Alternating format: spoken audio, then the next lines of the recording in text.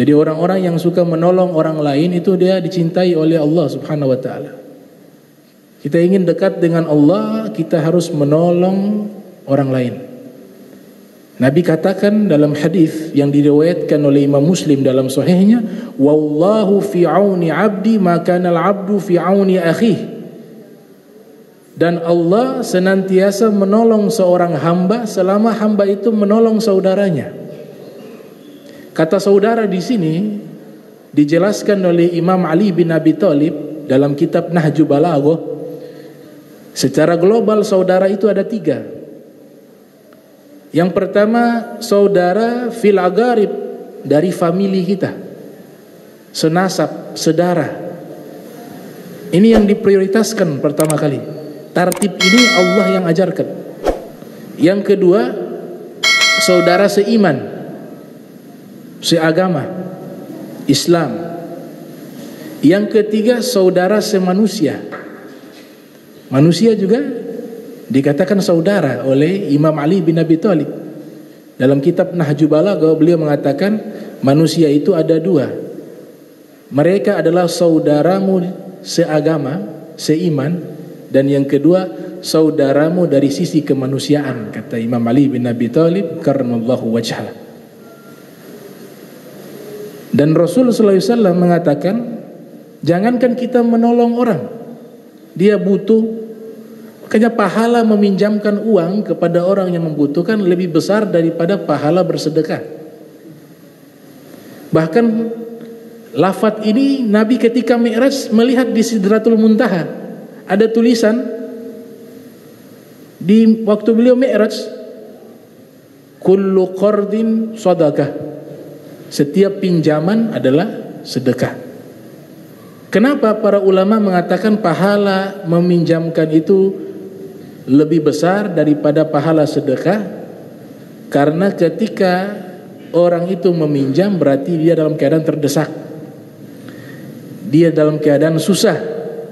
Nah, orang yang susah ketika ditolong itu amalan yang paling dicintai oleh Allah Subhanahu wa taala. Nabi katakan dalam hadis yang diriwayatkan oleh Al-Bazzar dalam musnadnya, yang lahir pada tahun 210 Hijriah, wafat pada tahun 292 Hijriah, dalam kitab musnadnya, kemudian diriwayatkan oleh Imam At-Tabrani dalam Mu'jamnya, Rasul sallallahu alaihi wasallam bersabda, "Innallaha yuhibbu ighathatal lahfan." Allah taala mencintai hamba yang selalu menolong orang yang berduka, orang yang susah, orang yang dalam keadaan terhimpit, kesulitan, ditolong. Nabi katakan Allah sangat cinta orang seperti ini, kata Rasul sallallahu alaihi wasallam. Nah, adapun sedekah ada kalanya kita berikan, mungkin orang itu dia tidak terlalu membutuhkan. Tapi ketika meminjam, dia sudah menjatuhkan harga dirinya untuk meminta pinjaman. Ini kalau orang yang normal. Ada juga penyakit.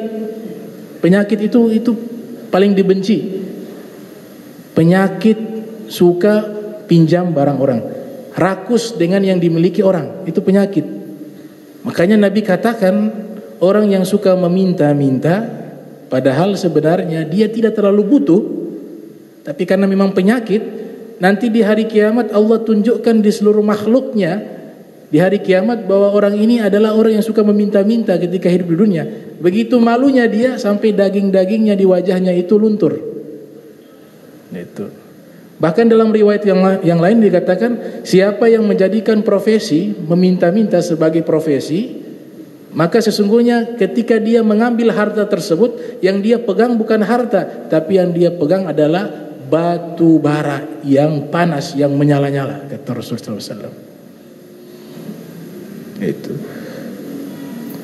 Al-Imam Ibnu Zawzi Al-Qayyim yang lahir pada tahun 691 Hijriah, wafat 751 Hijriah, punya kitab berjudul Ighathatul Lahfan min Masayidi Syaitan.